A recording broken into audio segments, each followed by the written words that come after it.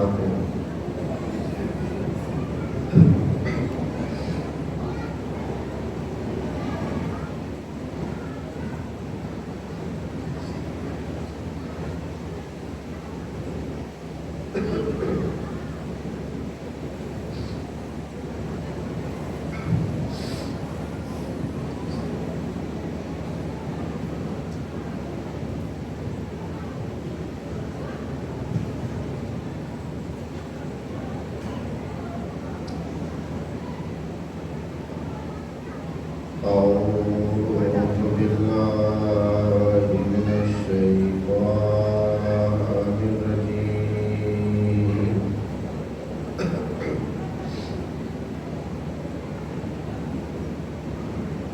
بسم الله الرحمن الرحيم.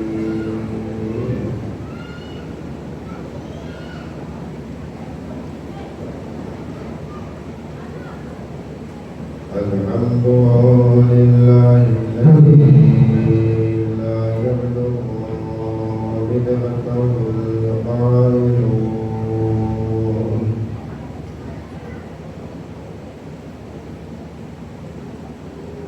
ولا يحصي نعماءه العادون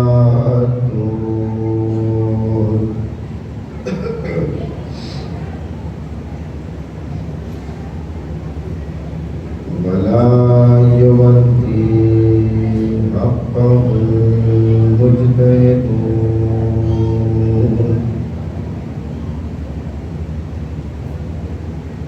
الذي لا يدركه بعد الهمم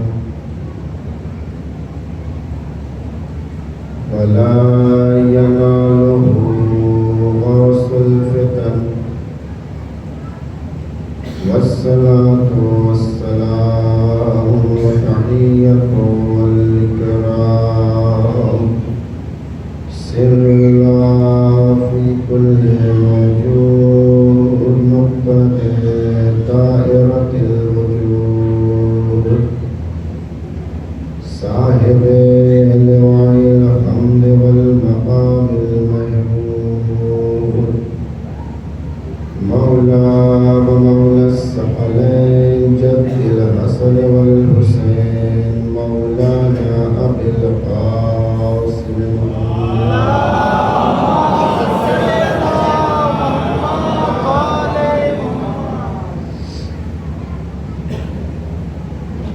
وعلى آل بيته الطيبين الطاهرين المعصومين المظلومين ولعنة الله على أعدائهم أجمعين.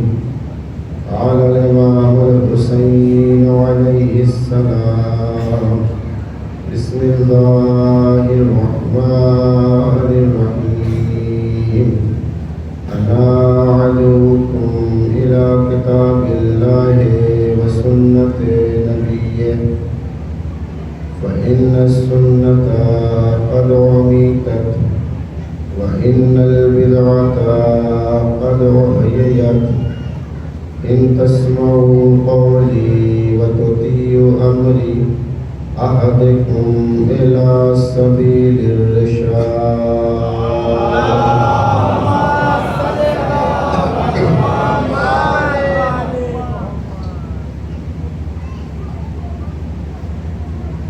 عزیزان محترم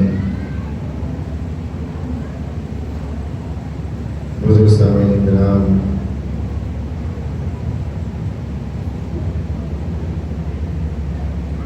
امام کے خط کا یہ جملہ جس کی تلاوت کا شرف میں نے حاصل کیا، جس کے ترجمے اور مفاہیم سے آپ حضرت کو بھی واقف ہیں، جو سلسلہ پہلی محرم سے شروع ہوا تھا، اس عشرہ محرم کی یہ آخری مجلس خداوند عالم کی بارگاہ میں یہ دعا ہے، پالنے والے ابتدائے محرم میں جو ہم نے اپنے امام سے عہد اور پیمان باندھا تھا، ہم سب کو اس پر باقی اور دائم رکھیں۔ اور اسی کے ساتھ ساتھ تجھ سے دعا ہے میرے معبود کہ ہماری اس مختصر سی عزا کو شرف قبولیت عطا کر، اور جو سلسلہ ہمارا مقصد امام حسین، ہدف امام حسین کے ساتھ شروع ہوا ہے، وہ 2 مہینے 8 دن کے بعد ختم نہ ہو جائے، بلکہ یوں ہی جاری و ساری رہے۔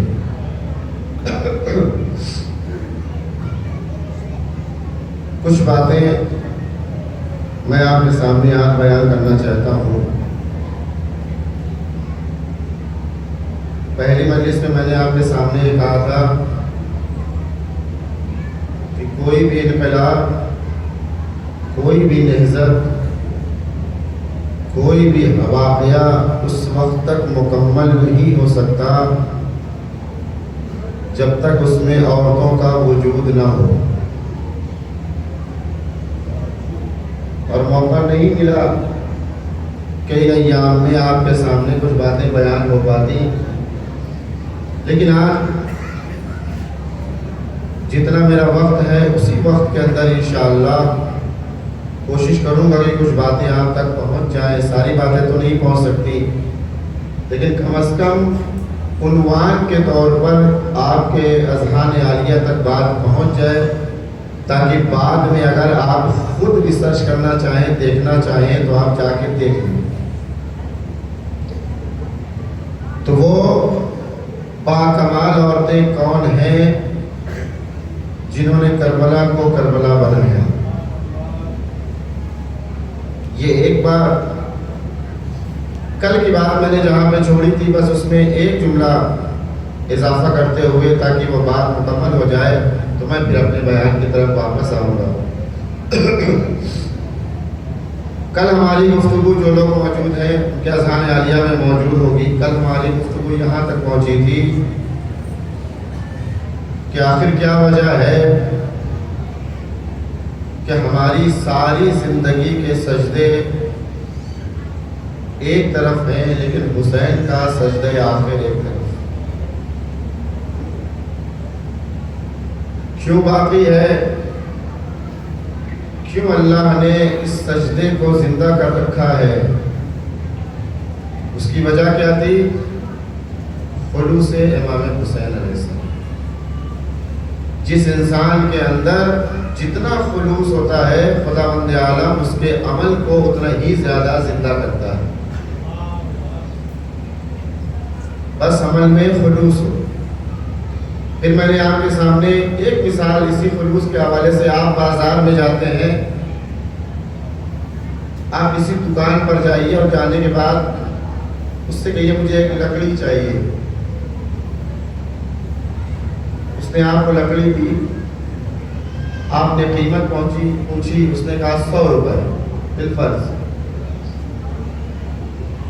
لیکن وہی لکڑی کے اوپر اگر کوئی انسان اپنا ہنر، اپنی نقاشی، اپنا ٹیلنٹ اتار دے، اب اس کے بعد آپ اسے خریدیں تو کل جس نے 100 روپے کی دی تھی اب وہ آپ کو 1000 روپے کی دے گا۔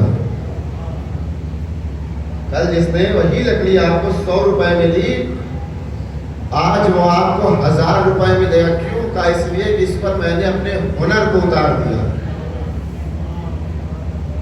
اس پر میں نے اپنے ٹیلنٹ کو اتار دیا۔ بس یہی فرق ہے ہمارے سجدے میں اور حسین ابن علی کے سجدے میں۔ ہمارا سجدے کا معیار کچھ اور ہے، لیکن جب حسین ابن علی نے اپنے سجدے میں خلوص کے ہنر کو اتار دیا تو خدا نے زندہ کر دیا۔ یہ حسین ابن علی کا خلوص تھا۔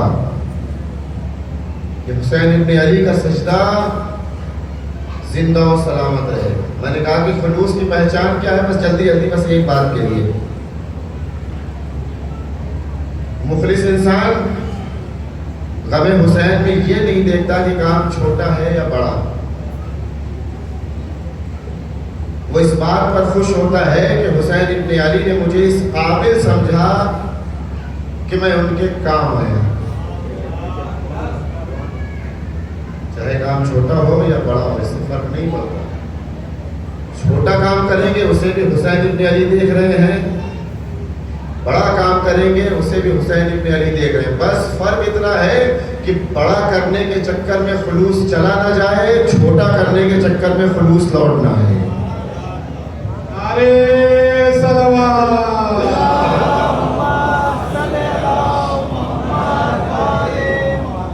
تھوڑا آہستہ آہستہ ہی کہوں گا. خلوص عمل میں ہو تب جو ہے خداوند عالم انسان کو وہ کمال عطا کرتا ہے. اور جب خلوص انسان کے اندر آتا ہے تو پھر اس کے اندر اطاعت کا جذبہ آتا ہے. یہاں تک ہماری بات پہنچی. پھر انسان امر مولا پر عمل کرتا ہے، اس کے حکم پر عمل کرتا ہے، چونچرا نہیں کرتا. کیوں؟ اس لیے کہ خلوص نے اطاعت کے جذبے کو انسان کے اندر پیدا کر دیا ہے. ایک مثال، ایک بہت بڑا عارف ہے، علم عرفان ایک علم ہے. جب اس سے لوگوں نے پوچھا کہ یہ بتاؤ جو تم اس مقام پر پہنچے ہو، یا علم عرفان جو تمہارے اندر آیا ہے، یہ تم جو عارف ہو، یہ کس کی وجہ سے؟ اس کا مطلب کوئی جو ہے تمہارا بہت بڑا جو ہے استاد ہوگا علم عرفان میں، بہت بڑا عارف ہوگا جس نے تمہیں اس علم کی طرف جو ہے وہ کھینچا ہے. جانتے اس نے کیا کہا؟ وہ عارف کہتا ہے کہ میرا استاد ایک غلام ہے.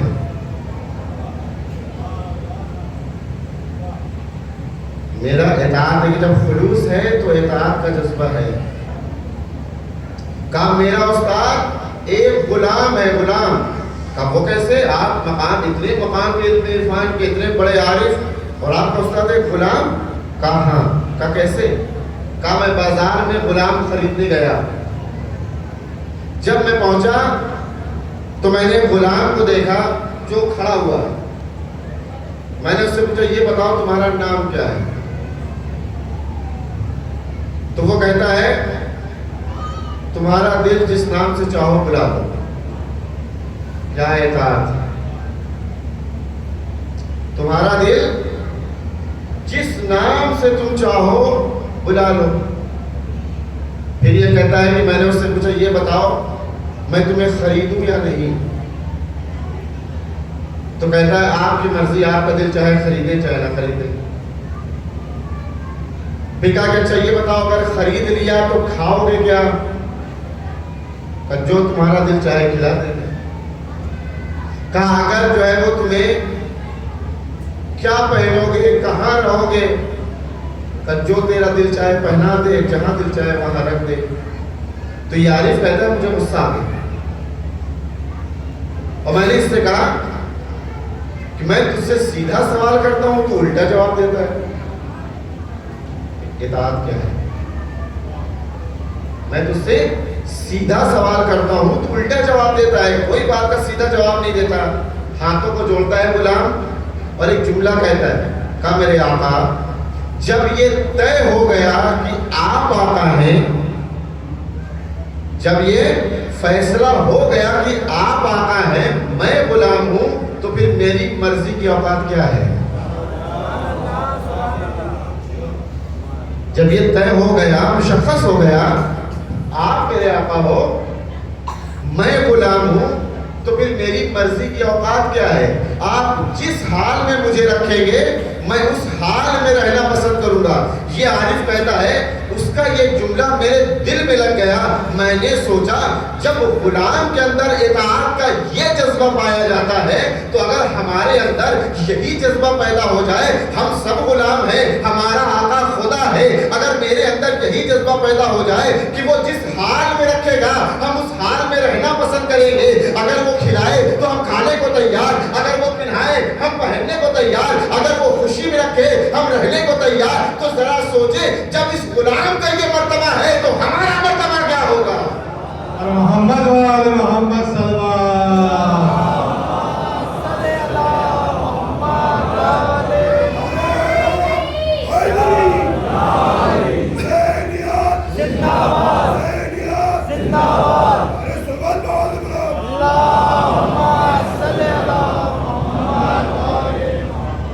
یہ ہے اطاعت کا جذبہ. اگر وہ میرا آقا ہے تو خدا جس حال میں رکھے ہمیں خوش ہونا چاہیے. ایسا نہ ہو کہ اگر تھوڑی سی مشکل آ جائے تو زبان سے نازیبا الفاظ نکلنے لگے کہ خدایا کیا تجھے ہم ہی ملے تھے ساری مصیبت کے لیے. نہیں, یہ اطاعت نہیں ہے. اگر مشکلات میں خدا یاد ہے تو خوشی میں بھی خدا یاد ہے. یہ ہے اطاعت. بچے کا ابھی رزلٹ نہیں آیا, 24 گھنٹے جو ہے وہ امام بارگاہ ہمیں مسجد میں سر سجدے میں رکھے ہوئے پالنے والے پاس کرا دے پاس کرا دے پاس کرا دے.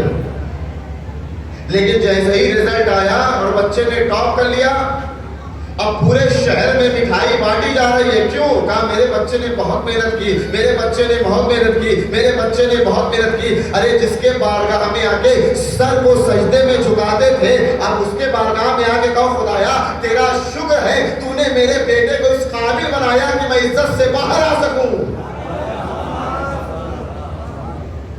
یہ تھا. لیکن اگر اس کے برعکس ہو جائے, نعوذ باللہ خدا نہ خواستہ بچہ فیل ہو جائے تو کیا ایٹیٹیوڈ ہوتا ہے؟ خدا نہیں چاہتا تھا تو کیا کرے. جب ہنر ہے تو نسبت اپنی طرف,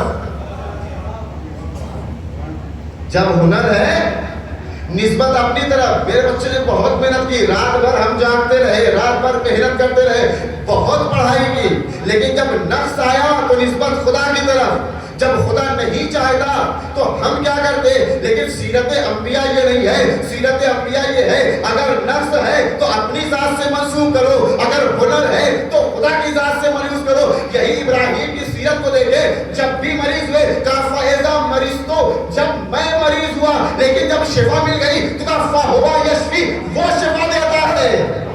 محمد وآل محمد صلی اللہ.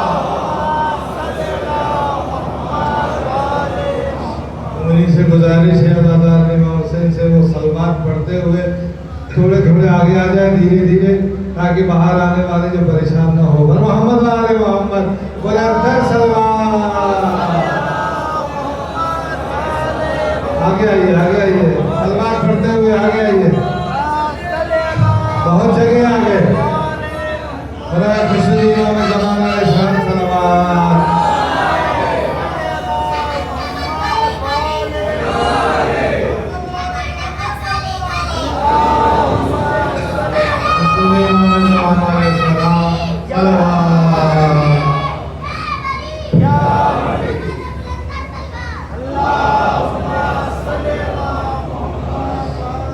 یہ اطاعت نہیں. اگر خوشی میں خدا یاد ہے تو ہم میں بھی یاد. ایک پل میں نہیں, یہ اطاعت کا جذبہ نہیں ہے. اطاعت کب ہوگی؟ جب انسان کے اندر خلوص ہو. حسین کے حسین کا ایک سجدہ کیوں زندہ ہے؟ کیونکہ حسین کے اندر خلوص ہے. جب خلوص ہوگا تب اطاعت کا جذبہ ہوگا. کل میں نے جملہ کہا تھا آپ کے سامنے, کیا ضرورت ہے سعید اور زہیر کو کہ وہ اپنے جسم پر تیروں کو روکیں؟ کیا ضرورت ہے؟ وہ بھی تو کہہ سکتے ہیں مولا یہ آخری نماز ہے, اس کے بعد نماز پڑھنے کا موقع نہیں ملے گا. ہم بھی چاہتے ہیں کہ آخری نماز آپ کے پیچھے پڑھیں, لیکن زہیر اور سعید نے یہ نہیں کہا. کیا کہا؟ کہا ہم جانتے ہیں جتنا ثواب امام کے پیچھے نماز پڑھنے میں ہے اتنا ہی ثواب نمازیوں کی حفاظت کرنے میں ہے.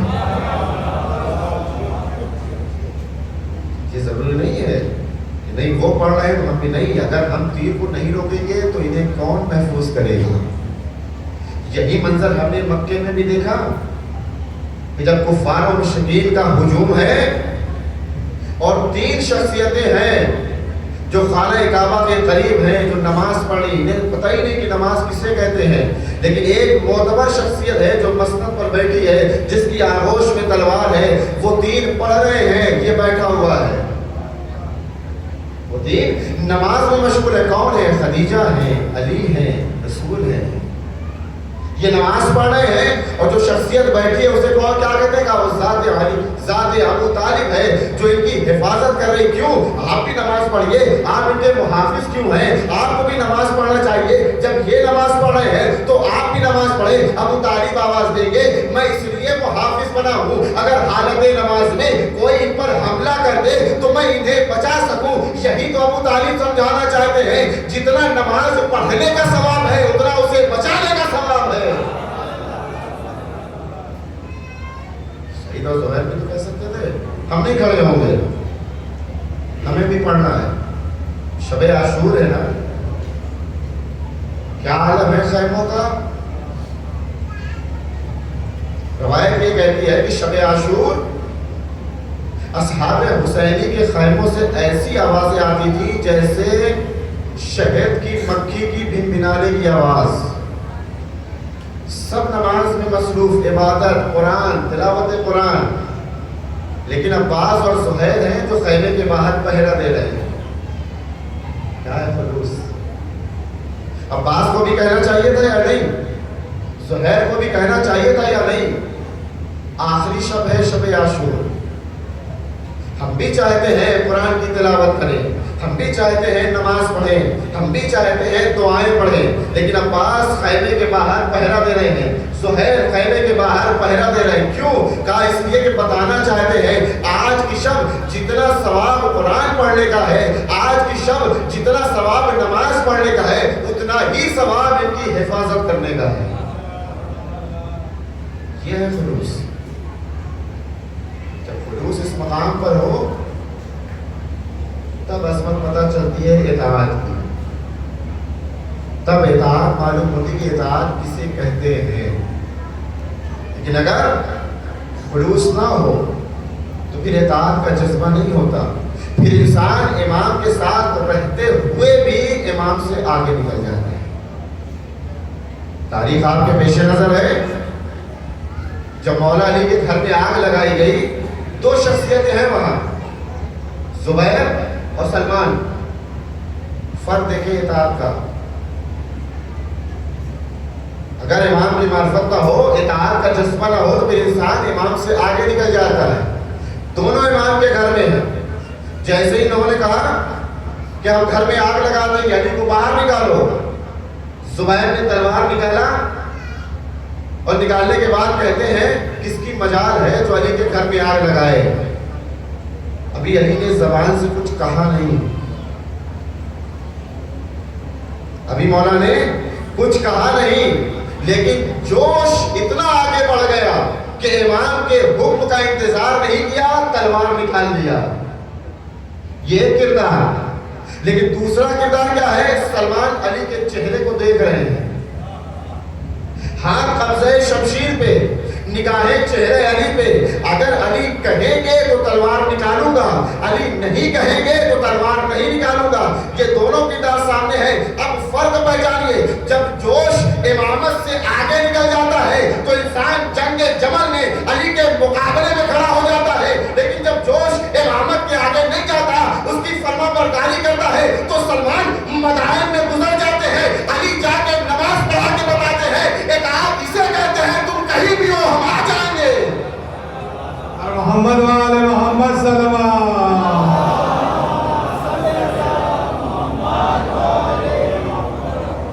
یہ ہے اطاعت، یہ ہے خلوص. خلوص ہو تب انسان کے اندر جذبہ اطاعت پیدا ہو. ہر کس و ناکس کے بس کی بات نہیں تھی کہ کربلا امام حسین کے ساتھ چلا آتا. وہی آئے جن میں خلوص تھا، وہی آئے جنہوں نے اپنے آپ کو ذات حسین بن علی سے قریب کر لیا. مسلسل میں نے آپ کے سامنے یہ باتیں بیان کی. بہت لوگوں نے مشورہ دیا, بہت, نہ جائیں نہ جائیں نہ جائیں. انہی میں ایک نام ہے جناب ترمہ کا. جب امام سے ان کی ملاقات ہوئی تو امام کہتے ہیں ترمہ کوفے کے کیا حالات ہیں. دیکھیں خلوص. ترمہ کہتے ہیں مولا قلوبہم معک وسیوفہم علیک. ان کے دل آپ کی طرف ہیں لیکن ان کی تلواریں آپ کے خلاف. اس کے بعد مولا ترمہ سے جملہ کہتے ہیں ترمہ میرے ساتھ کربلا چلو گے. اس جملے سے پہلے چونکہ میرے بچے سامنے بیٹھے ہوئے ہیں, میرے جوان سامنے ہیں, آپ نے کبھی جناب ترمہ کی شخصیت پہ غور کی یہ کون ہے, کس مقام پر ہے یہ؟ امام علی کے صحابی ہیں اور اچھے والے صحابی. کون ہے جناب ترمہ؟ یہ بیان کر دوں تو آپ کو عظمت پتہ چلے گی ترمہ کون ہے. جب معاویہ نے امام علی کو خط لکھا تو جانتے کیا لکھا؟ وہ لکھتا ہے معاویہ کی جانب سے جو خلیفۃ المسلمین ہے, امیر المومنین ہے, ابو سفیان کا بیٹا ہے, علی کے لیے. جو خط بھیجا اس کا عنوان ہے یہ.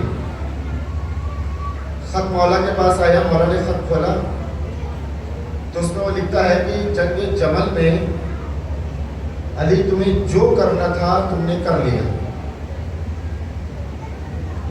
طلحہ اور زبیر کے ساتھ تمہیں جو کرنا تھا تم نے کر لیا, اب جنگ کے لیے تیار رہو.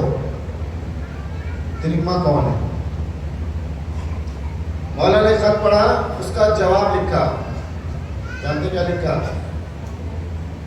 من عبداللہ, اللہ کے بندے کی جانب سے. میں کہوں گا مولا وہ جھوٹے ہیں, ان کے القاب بھی جھوٹے, آپ سچے ہیں, آپ کے القابات بھی سچے.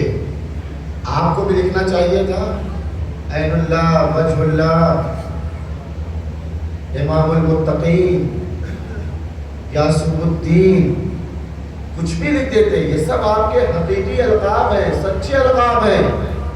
لیکن مولا نے کیا لکھا؟ من عبداللہ, اللہ کے بندے کی جانب سے. کیوں مولا؟ کہ یہی تو اسے سمجھانا چاہتا ہوں. اسے اپنی حکومت پر ناز ہے, مجھے خدا کی بندگی پر ناز ہے. اسے اپنی ریاست و حکومت پر ناز ہے, مجھے خدا کی بندگی پر ناز ہے. خط لکھا, لکھنے کے بعد کہتے ہیں کون ہے جو اس خط کو لے کے شام جائے؟ کوئی نہیں بولے. پھر مولا کہتے ہیں کون ہے جو یہ میرا خط لے کے شام جائے؟ ترمہ کھڑے ہو. کہا مولا میں لے کے جاؤں. تو مولا نے بس ایک جملہ ترمہ سے کہا, ترمہ علی کی عزت کا خیال رکھنا. ترمہ علی کی عزت کا خیال رکھنا. ترمہ خط لے کے چلے. سفر کی صحبتوں کو برداشت کرتے ہوئے جب یہ شام پہنچے تو امریاس معاویہ سے کہتا ہے کہ علی نے خط بھیجا ہے.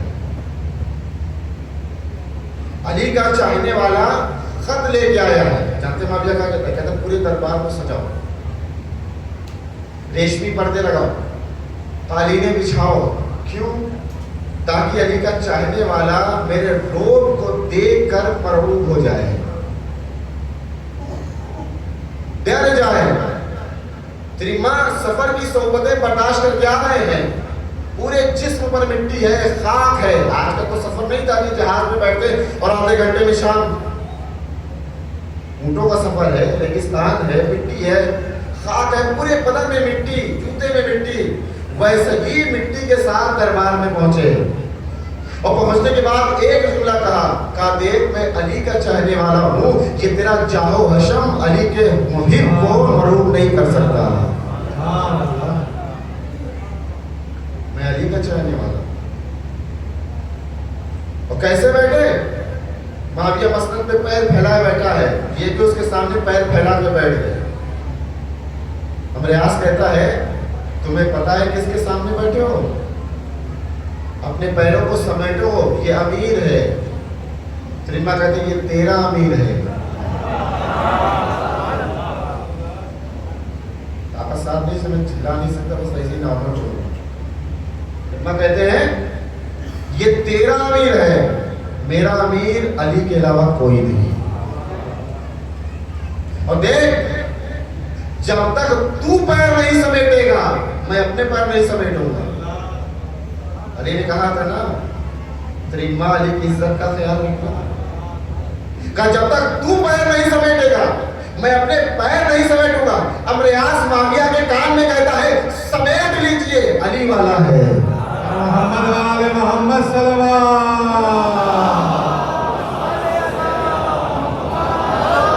آواز بلند سلمان.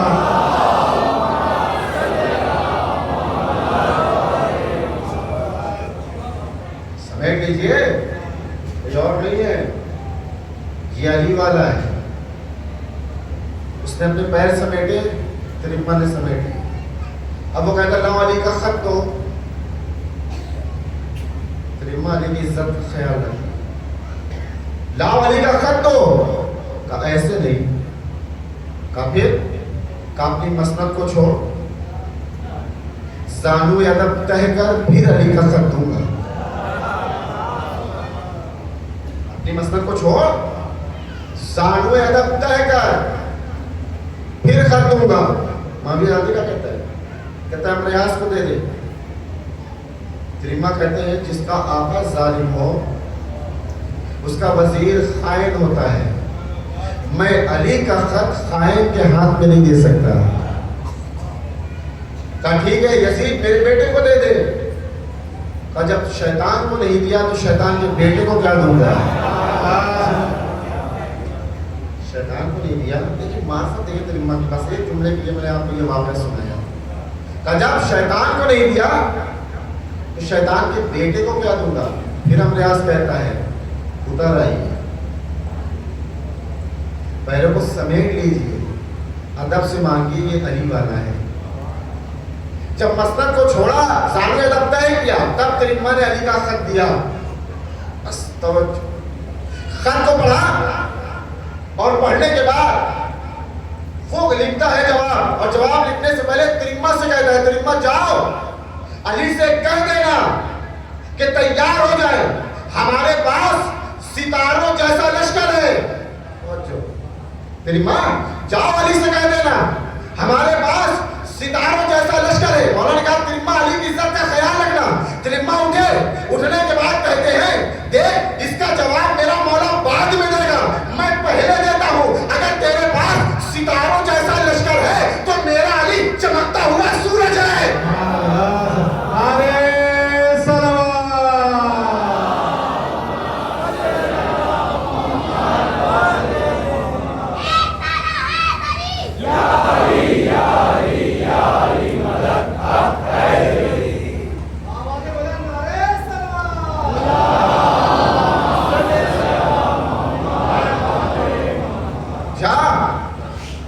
جا کے علی سے کہہ دینا میرے پاس ستاروں جیسا لشکر ہے.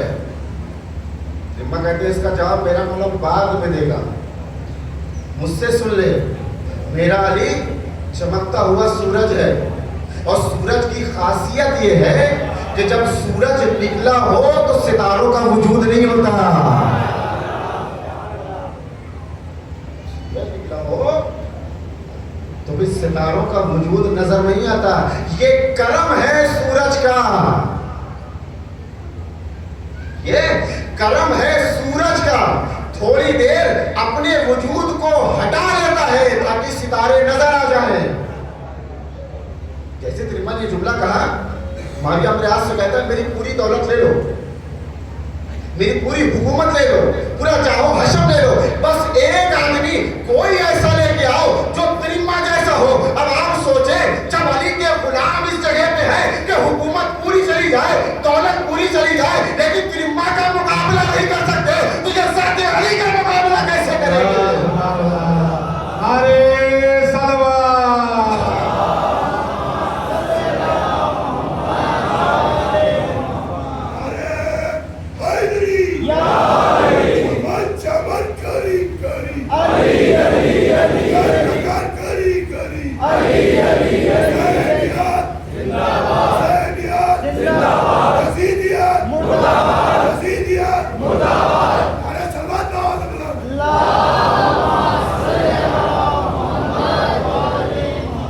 یہ ہے ترما. ترما سے مولا کہہ رہے ترما میرے ساتھ کربلا چلو گے؟ کہاں والا ضرور چلوں گا، لیکن میں راشن لے کے آیا ہوں، سال بھر کا کھانے کا اناج لے کے آیا ہوں، اسے میدان پہنچا دوں، یمن پہنچا دوں، اس کے بعد میں فوراً آپ کے پاس آ جاؤں گا. بس مولا نے ایک جملہ کہا ترما کہیں دیر نہ ہو جائے. ترما آئے، لیکن جب پہنچے تو 15 محرم ہو چکی تھی، بہت دیر ہو گئی، لیکن آنے میں کمی نہیں تھی. یہ ہے حسین ابن علی کے ساتھ جو بھی آیا ہے اس کا خلوص استعمال کر، اس کا خلوص استعمال. اس بات کو نہیں چھوڑ رہا ہوں جو گھڑی اجازت نہیں دے رہی ہے، میں ایک دو بات سے جو ہے وہ بیان کر کے رب کا مسائل. کوئی بھی انقلاب اس وقت تک کامیاب نہیں ہوگا جب تک اس میں عورتوں کا کردار نہ ہو. کربلا کچھ عورتیں ایسی ہیں جو کربلا گئی نہیں، لیکن کربلا کو بنانے میں بہت بڑا ہاتھ. کربلا ساز عورتیں کون ہے؟ یہ ماریا بنت سعد، طوا، کربلا نہیں، ام البنین کربلا میں نہیں ہے، لیکن اپنے بچوں کی ایسی تربیت کی ہے کہ کربلا میں ام البنین کے 4 بیٹے شہید ہوئے. طوا کربلا نہیں ہے، لیکن جو مقدمہ کربلا مسلم کوفے میں آئے اور ابن زیاد نے اعلان کر دیا کہ جو بھی مسلم کو پناہ دے گا اسے قتل کر دیا جائے گا، لیکن جیسے ہی طوا کو پتا چلا یہ سفیر حسین ہے، گھر کے دروازے کھول دیے. میرے آقا آپ ہی کا کہیں مسلم مقدمہ کربلا ہے، تو جو مقدمہ کربلا کی ناصرہ ہے وہ بھی جو ہے مقدمہ کربلا ہے. ماریا بنت سعد جس خط کے جملے کو میں نے آپ کے سامنے عنوان بنایا تھا، جب یہ خط بصرہ پہنچا 7 لوگوں کے نام سب نے منع کر دیا، کیونکہ اس وقت بصرے میں ابن زیاد کی حکومت تھی. پہلا ہے کوئی اپنے گھر میں میٹنگ رکھنا نہیں چاہتا کہ ہم نہیں رکھیں گے، قتل کر دیے جائیں گے. ماریا بنت سعد نے کہا آؤ میرے گھر میں آؤ، ہم اپنے گھر میں اہل بیت کی میٹنگ رکھیں گے. اس میٹنگ کا اثر یہ ہوا کہ 7 یا 8 آدمی بصرہ سے کربلا آئے. خود کربلا نہیں گئی، لیکن کربلا کو بنانے میں ماریا بنت سعد کا ہاتھ ہے. ام قاسم جناب حبیب کی زوجہ، جب حبیب کہتے ہیں میں سوچتا ہوں جاؤں یا نہ جاؤں، تو ام قاسم کہتی ہے نواسے رسول بلا رہے ہیں، سوچ رہے ہو جاؤں یا نہ جاؤں. حبیب کو حسین کس نے بنایا؟ بیوی نے. زوجہ زہیب دلہن کون ہے؟ جب حسین نے زہیر کو بلایا تو زہیر جو ہے وہ بیوی کا رخ دیکھ رہے ہیں، چہرہ دیکھ رہے ہیں، جاؤں یا نہ جاؤں. زہیر کی بیوی دلہن کہتی ہے تمہیں نماز رسول بلا رہا ہے، تم سوچ رہے ہو. آپ بتائیں اگر یہ زوجہ زہیر کے پاس نہ ہوتی تو کیا زہیر حسینی بنتے؟ کیا یہ زہیر کے اندر کردار حسینیت آتا؟ کربلا آج بھی باقی ہے نا. تو کیا آج ہماری جو عورتیں ہیں ان میں اتنی جو ہے وہ جاذبیت ہے کہ اگر شوہر گھر میں لیٹا ہو تو اپنے شوہر سے کہہ سکے جاؤ مجلس حسین ہو رہی ہے فرش اعضا پہ جاؤ؟ اگر دلہن زہیر کو حسینی بنا سکتی ہے تو کیا ہماری عورت اپنے شوہر کو حسینی نہیں بنا سکتی؟ کردار کربلا بھی ہے. اور سب سے عظیم کردار جو موجود ہے کربلا میں وہ جناب زینب کا. کربلا سے پہلے، کربلا میں، کربلا کے بعد ہر جگہ اگر کوئی کردار ہے تو وہ زینب کا. کربلا دو چیزوں میں منحصر ہے، ذات حسین، ذات زینب. حسین نے اصل عاشور اپنا کام پورا کر دیا، لیکن اب اس کے بعد زینب کا کام شروع. کربلا سے کوفہ، کوفہ سے شام، شام سے مدینہ. اب یہ زینب کی ذمہ داری ہے کہ لوگوں کو بتائیں حسین کون ہے. زینب کی ذمہ داری ہے کہ وہ بتائیں حسین اگر قتل ہوئے تو کیوں. باتیں بہت سی تھی، چھوڑنا پڑ رہا ہے وقت کی گنجائش نہیں.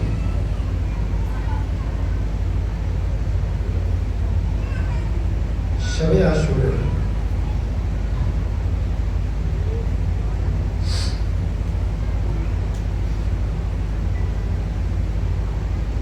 یہ آخری شب ہے.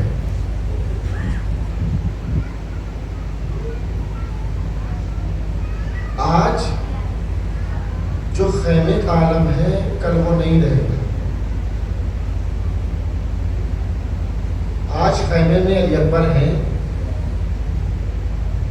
عباس ہیں، حسین ہیں. کل یہی وقت ہوگا، قناتیں جل چکی ہوں گی، خیموں میں آگ لگ چکی ہوگی اور زینب جلی تنابوں کے نیچے ٹوٹا ہوا نیزہ لے کر پاس بنی بیٹھی ہوگی. تھوڑی دیر آپ کے سامنے مسائل پڑھوں. شب عاشور یہ آخری شب ہے جب ابھی آپ کی آنکھوں سے آنسو آئے تو جانتے ہیں سب سے زیادہ آج آنسوؤں کا مستحق کون ہے؟ ہمارا وقت کا امام.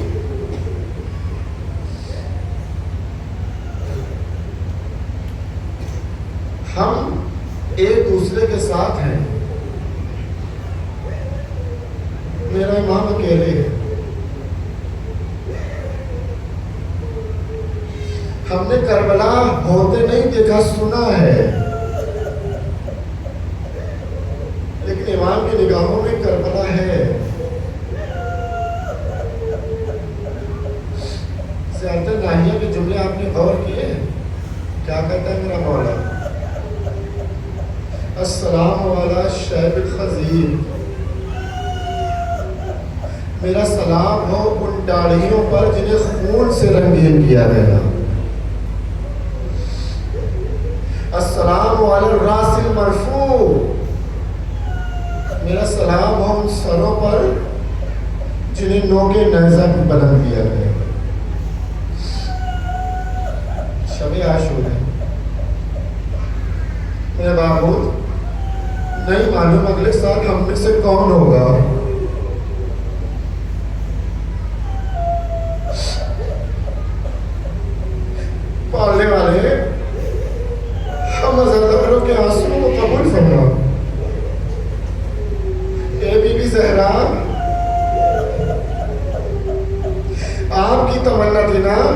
ماں جب کوئی نہ ہوگا تو میرا حسین کا ماتم کون کرے گا؟ بیٹی گھبراؤ نہیں، خدا ایک قوم پیدا کرے گا جس